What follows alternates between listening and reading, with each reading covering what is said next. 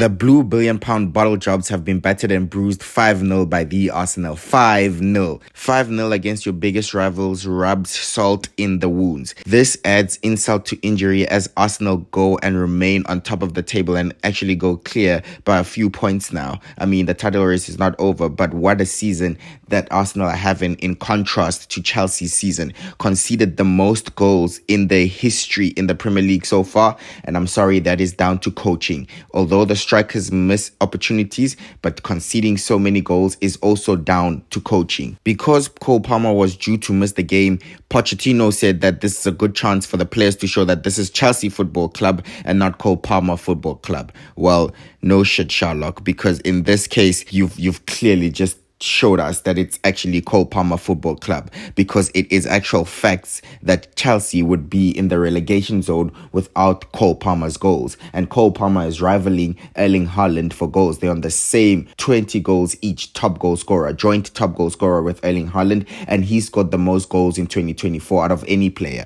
I mean, also, let's not do splits on it, because Cole Palmer has taken his fair share of penalties in this season. He's missed none of them, by the way.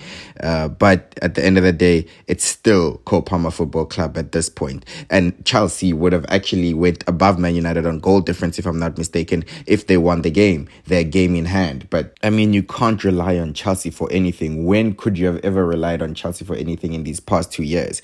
I just think now it's a horrible time to be a Chelsea fan. And on that point, let's help them cope, because we know what they're going to bring out in this time. We know what they're going to bring out. We know what they will say. And since that Champions League win, and since Abramovich left the club, I don't think the future is looking too good for Chelsea. Nor is the present, of course. But, cope. One thing's for sure, London is red right now, and it has been for a while, because Arsenal have been dominating Chelsea for a while, and that 5-0 was a thrashing, it was a trouncing, and that Chelsea performance was absolutely horrendous.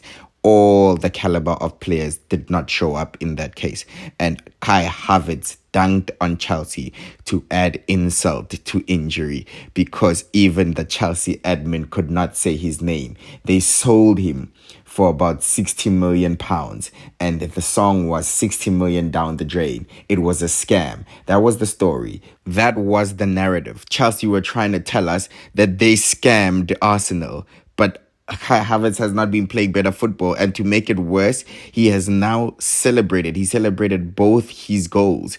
The man who won Chelsea the Champions League celebrated goals against him. Wow. Yeah, Kai Havertz doesn't respect you. Nicholas Jackson doesn't respect you, because again, I can't even cook him again, because I literally did that in my last video. At this point, it will be bullying. So I have to turn it down a notch.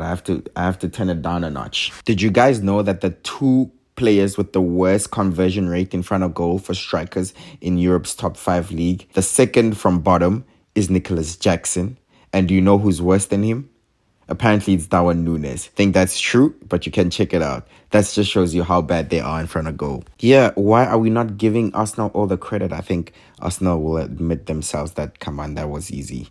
That was expected. That was just Chelsea. I mean, come on, let's be fair. Did you expect anything else? Arsenal was supposed to batter Chelsea, and they did. They did give them a hiding. And now they are actually comfortably ahead in the title race. And I would also say that their goal difference is looking sexy. In terms of goal difference, Arsenal would win it if it was to end in a tie, because I don't see any team catching up.